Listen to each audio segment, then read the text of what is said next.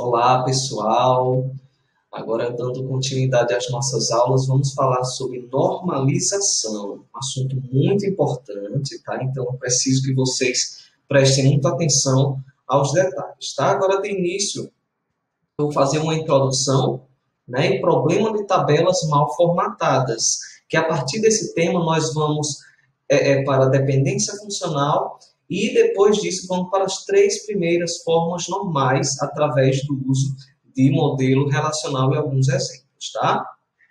Um dos objetivos principais do gerenciamento de banco de dados é manter a integridade dos dados nele armazenados e, para esse fim, algumas regras precisam ser consideradas. Como eu já venho falando a vocês, eu posso criar a parte conceitual de acordo com o meu entendimento, tudo bem, isso é maravilhoso. Mas eu preciso aparar as arestas para que o meu sistema de gerenciamento ele tenha menos redundâncias, tá? E uma menor possibilidade de erros também. Algumas dessas regras são garantidas pelos próprios gerenciadores dos sistemas de banco de dados, né, tais como unicidade da chave, ligação entre relações através da chave estrangeira, entre outros. Esse detalhe aqui, eu ia fazer uma chave, mas enfim, já está aqui mesmo. Esse detalhe aqui, ele pode ser assegurado muitas vezes pelo sistema de gerenciamento de banco de dados, mas lembrem-se que nesse momento nós não estamos usando um sistema de gerenciamento, nós estamos usando nossa própria cabeça, que é de suma importância, porque a partir do momento que eu me atenho a esses detalhes, a minha vida lá na frente será facilitada, tá? Porque quando a minha cabeça ela já entende questões de normalização, ela já pode até aplicar normalização nos primeiros momentos de construção de desenho do banco, tá? Não necessariamente. Mas quando eu entendo os conceitos, eu já posso ir aparando algumas arestas no desenvolvimento do banco. Algumas outras regras são definidas nos programas de aplicação que ficam responsáveis por mantê-las.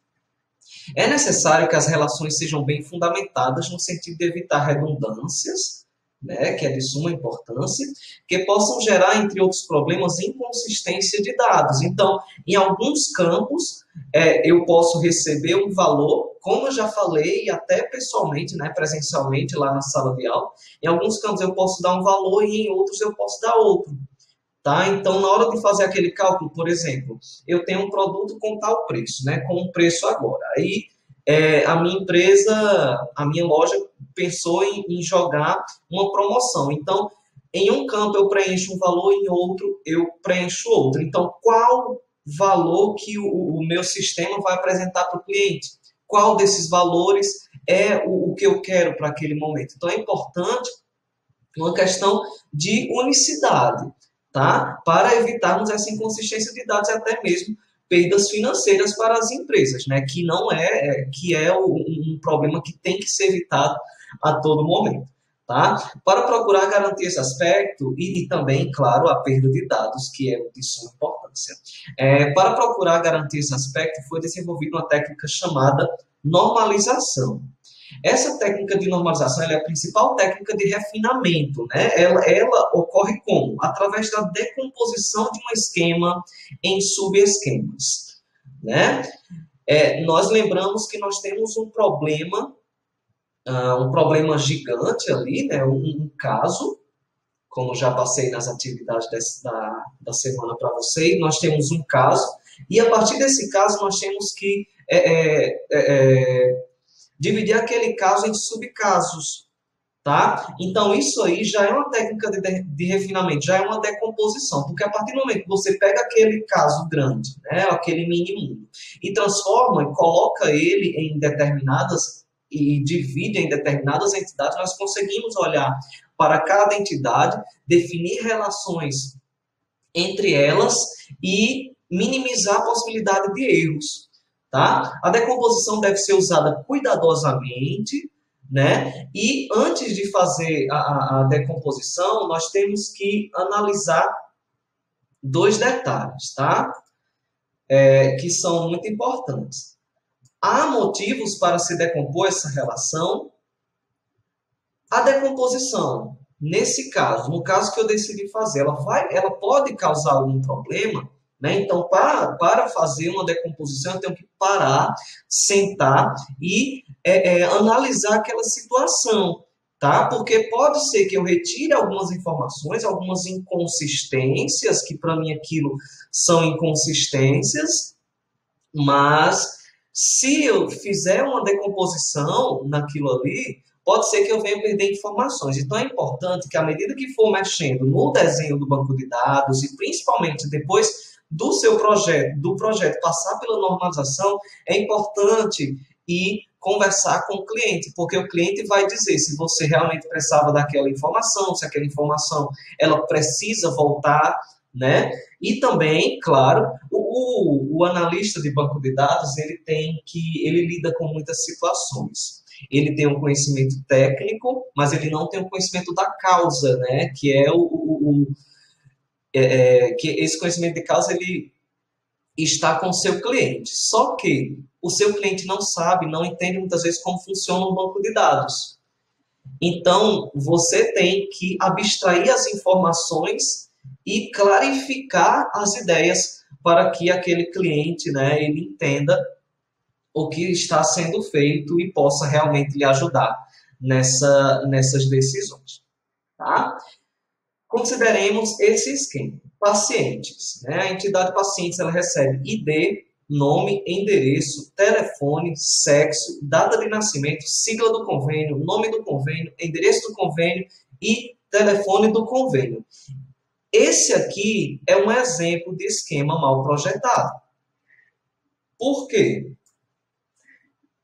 Como ninguém pode responder, né? Porque essa aula está sendo gravada, eu vou já dizer aqui. Tá? O cliente ele tem alguns dados fixos, né? Que são os dados relacionados a ele. ID, nome, endereço, telefone, sexo e data de nascimento. E também um dado que ele pode ser unificado. Tá? Aqui na entidade paciente, ele poderia receber apenas o quê? A sigla do convênio. Tá certo? E na entidade sigla do convênio ou nome do convênio, seria recebida todas essas informações aqui. Mas por que, Alexandre? Lembram daquela questão dos dados serem uniformes, dos dados não estarem em inconsistência, né? Porque, por exemplo, o cliente ele vai, ou então até o próprio operador lá, sei lá, enfim, ele vai, coloca os dados do cliente bem direitinho e na hora de colocar a sigla do convênio ele erra. Ou na hora de colocar o nome do convênio ele erra. Então, seria gerado mais uma situação, né? Então, é muito importante verificar isso aí.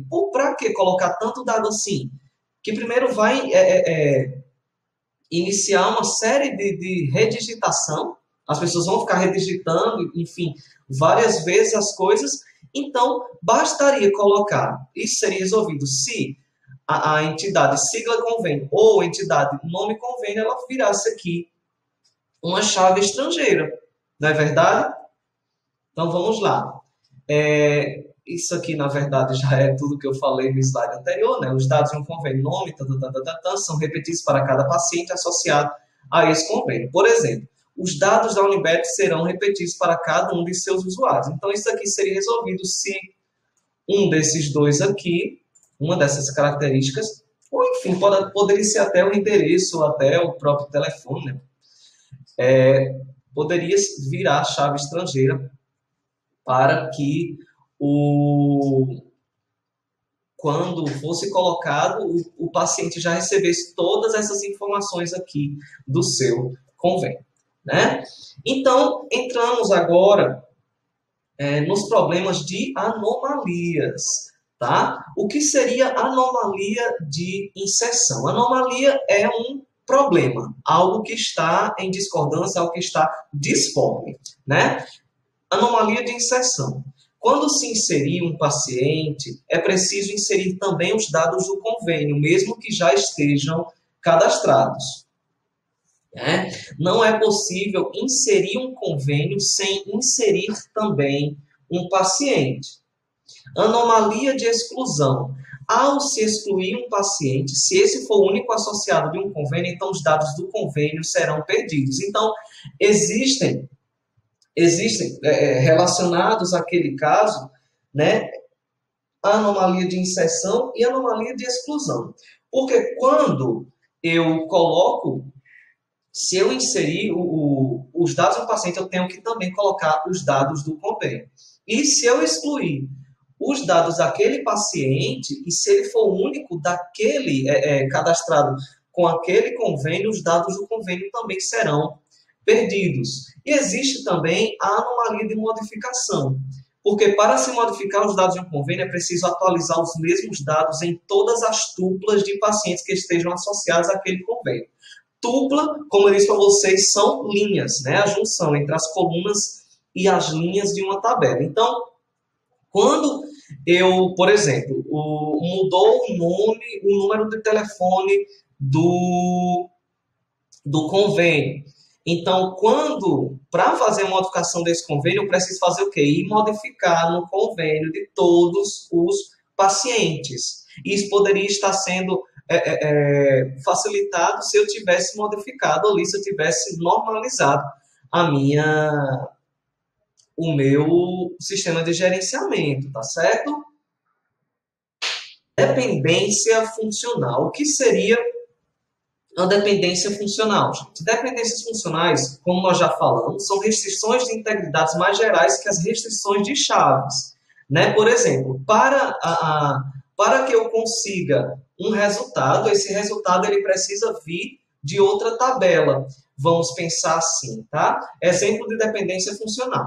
Sigla convênio, né? Eu poderia já puxar daqui da sigla convênio, nome convênio e endereço convênio e o telefone convênio, tá? Nesse caso, eu poderia criar uma dependência funcional, como eu já falei anteriormente, e já facilitaria a vida desse meu sistema de gerenciamento de banco de dados, tá? Dependência funcional ainda. Significado. Se duas linhas da tabela pacientes tiverem o mesmo valor, sigla convênio, então elas têm de ter o mesmo valor de nome convênio, de endereço convênio e de telefone convênio. Tá? Outros exemplos aqui de dependência funcional. Interessante, aqui vai ser bem na prática mesmo. Por exemplo, vamos lá. Nós vemos aqui código, nome do trabalhador, né, o cargo e o seu salário. Tá? Por exemplo, aqui nós vimos que o salário ele é diferente, não é? E, por exemplo, José ele ganha 2.500. Mas por que ele ganha 2.500? Porque ele tem o cargo de engenheiro. E o cargo de engenheiro ele ganha o diferente de programador, analista e professor. Tá certo? Então, nesse caso aqui, essa tabela, ela tem uma dependência funcional da entidade cargo, entendeu? Então, o salário ele vai ser modificado, aqui no caso, o salário ele tem uma dependência dos valores inseridos, né, dos valores constantes na tabela de cargo, tá? Porque para cada cargo há um salário diferente, tá certo? Então, as dependências funcionais é quando uma tabela, um valor, uma entidade, depende dos valores inseridos em outra, tá? É um conceito muito simples, tá certo? Dependência funcional. Para que aquilo funcione,